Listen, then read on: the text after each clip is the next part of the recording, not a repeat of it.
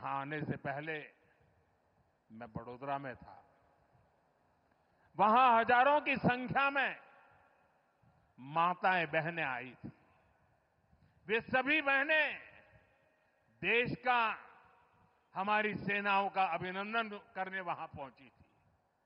उन्होंने इस पावन कार्य का निमित्त मुझे बनाया। मैं इसके लिए हमारी मातृशक्ति को नमन करता हूं। यहां दाहोद में भी आप सभी ने, माताओं बहनों ने तिरंगा झंडा हाथ में लेकर के ऑपरेशन सिंदूर के लिए अपना ढेर सारा आशीर्वाद दिया है। दाहोद की ये धरती तप और त्याग की धरती है। कहते हैं कि यहीं दुधिमती नदी के तट पर महर्षि दधीची ने सृष्टि की रक्षा के लिए देह का त्याग किया था। ये वो धरती है जिसने क्रांतिवीर तात्या टोपे के संकट के समय सहायता की थी। मानगढ़ धाम यहां से ज्यादा दूर नहीं है। मानगढ़ धाम गोविंद गुरु की सैकड़ों आदिवासी सेनानियों के बलिदान का प्रतीक है।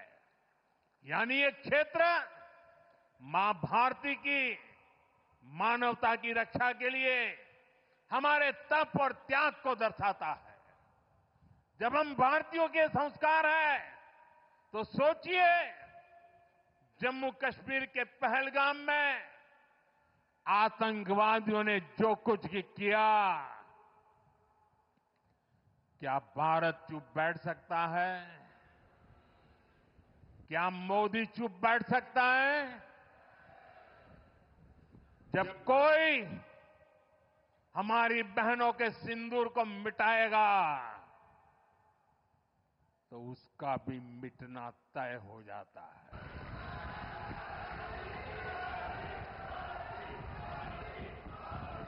और इसलिए ऑपरेशन सिंदूर सिर्फ एक सैन्य कार्रवाई नहीं है। ये हम भारतीयों के संस्कारों, हमारी भावनाओं की अभिव्यक्ति है। आतंक फैलाने वालों को सपने में भी सोचा नहीं होगा मोदी से मुकाबला करना कितना मुश्किल होता है।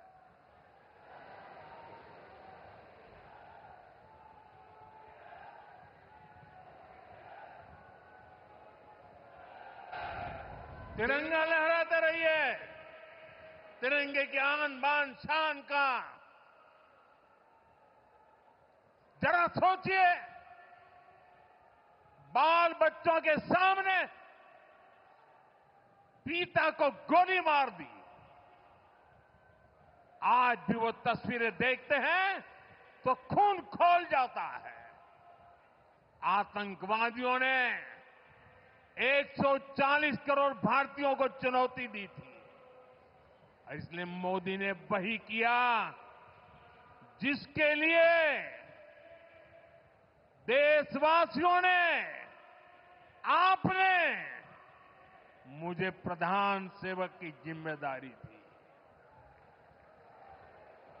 मोदी ने अपनी तीनों सेनाओं को खुली छूट दी और हमारे शूरवीर ने वो कर दिखाया जो दुनिया ने पिछले कई दशकों से नहीं देखा था। हमने सीमा पार चल रहे आतंक के 9 सबसे बड़े आतंकी ठिकाने, उनको ढूंढ निकाला, अता पता पक्का कर लिया और 22 तारीख को उन्होंने जो खेल खेला था, 6 तारीख रात को 22 मिनट में हमने उनको मिट्टी में मिला दिया। भारत की इस कार्रवाई से बौखलाकर जब पाकिस्तानी सेना ने दुस्साहस दिखाया तो हमारी सेनाओं ने पाकिस्तानी फौज को भी धूल चटा दी।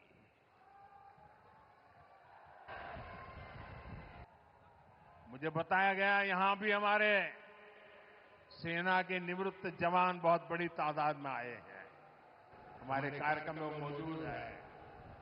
मैं उनका भी सलाम करता हूं।